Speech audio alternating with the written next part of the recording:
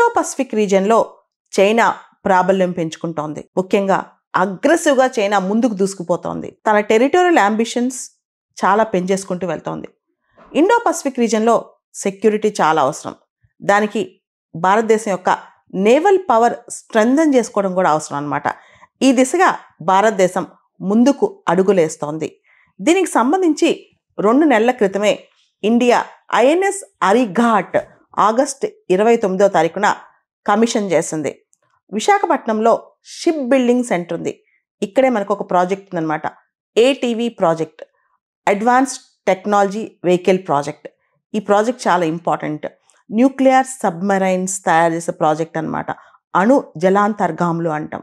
ఈ nuclear submarines మనకి డిఫెన్స్కి చాలా అవసరం. ముఖ్యంగా మన కోస్టల్ వాటర్స్లో కానీ నేవల్ డిఫెన్స్ వీటన్నిటికీ సంబంధించి న్యూక్లియర్ సబ్మరైన్స్ అనేవి మన డిఫెన్స్ని ఓవరాల్గా స్ట్రెంథన్ చేస్తాయి.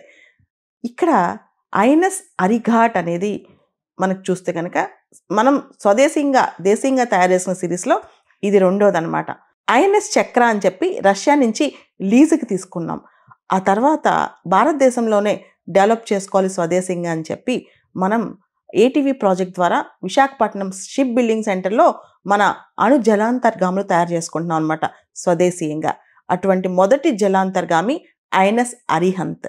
ఐఎన్ఎస్ అరిహంత్ తర్వాత అదే సిరీస్లో మనం ముందుకెళ్తే రీసెంట్గా ఐఎన్ఎస్ అరిఘాట్.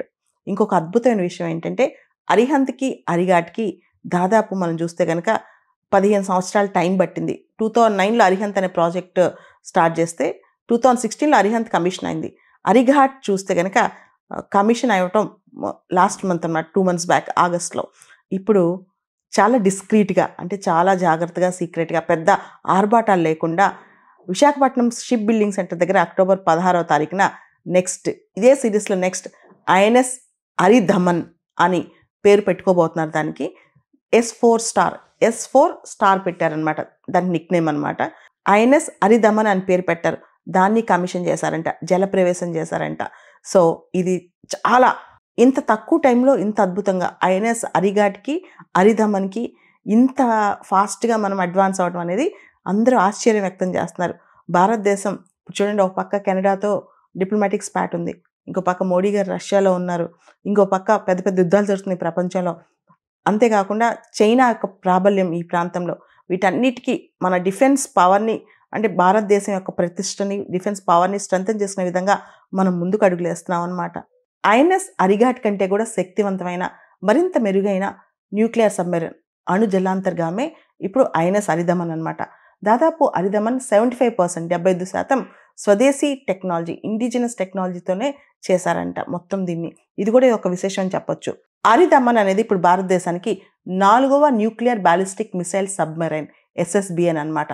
మొదటిది చక్ర, 2వది అరిహంత్, 3వది అరిఘాట్, 4వది అరిధమన్. అయితే చక్ర మనం భారతదేశంలో తయారు చేసుకుంది కాదు, అది రష్యాదనమాట. స్వదేశీయంగా నిర్మిస్తున్న ఈ న్యూక్లియర్ సబ్మెరైన్స్ అన్నీ కూడా విశాఖపట్నంలో షిప్ బిల్డింగ్ సెంటర్ దగ్గర వాటిని తయారు చేస్తున్నారు. న్యూక్లియర్ బ్యాలిస్టిక్ మిసైల్స్, అణు బ్యాలిస్టిక్ క్షిపణులను ప్రయోగించగలిగే ఈ న్యూక్లియర్ సబ్మెరైన్స్ను స్ట్రాటజిక్ స్ట్రైక్ న్యూక్లియర్ సబ్మెరైన్స్ SSBNsగా పిలుస్తారనమాట. రష్యా నుంచి మనం మొదటిది లీజుకి తీసుకొచ్చుకున్నాం, అది ఐఎన్ఎస్ చక్ర, దాన్ని S1 అని పిలుస్తారు. అరిహంత్ను ఇండిజినస్గా తయారు చేసుకున్న అరిహంత్ను S2 అని పిలుస్తారు. అరిఘాట్ను S3 అని పిలుస్తారు. తాజాగా జలప్రవేశం చేసిన అరిధమన్ను S4 స్టార్గా పిలుస్తున్నారు. దానికి అరిధమన్ అని పేరు పెడతారని సమాచారం.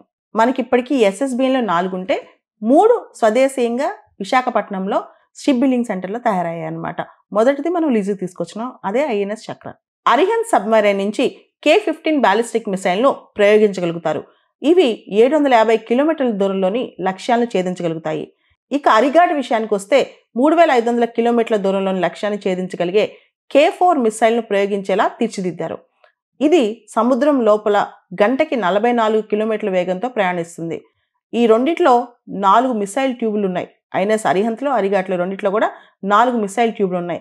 ఐఎన్ఎస్ అరిహంత్, అరిఘాట్ వీటన్నిటికంటే కూడా వీటి అప్గ్రేడెడ్ వర్షన్ అయిన S4 స్టార్ అంటే ఐఎన్ఎస్ అరిధమన్లో 8 మిసైల్ ట్యూబ్స్ ఉన్నాయి. ఇదే దీనిలో విశేషం అనమాట. అరిధమన్ నుంచి మిసైళ్లు నిట్ట నిలువుగా కూడా ప్రయోగించగలుగుతారు. ఈ అణు జలాంతర్గాములు న్యూక్లియర్ సబ్మెరైన్స్ అనేవి సముద్రంలో ఎంత దూరమైనా ప్రయాణించగలవు. వీటికి ఎటువంటి పరిమితి కూడా లేదు. న్యూక్లియర్ సబ్‌మరైన్స్ అణు జలాంతర్గాములకు సంబంధించిన ఇంధనం, అక్కడ నిర్వహణ, మెయింటెనెన్స్ అంతా, తర్వాత లోపల స్టాఫ్‌కి ఫుడ్ ఇవన్నీ అందించగలిగితే సముద్రంలో ఎంత దూరమైనా సరే ఈ న్యూక్లియర్ సబ్‌మరైన్స్ ప్రయాణిస్తాయి. అరిహంత్, అరిఘాట్ 2 కూడా భారతదేశం యొక్క సరిహద్దు జలాల పరిరక్షణకు పహారా కాస్తున్నాయి ఇప్పుడు మన కోసం.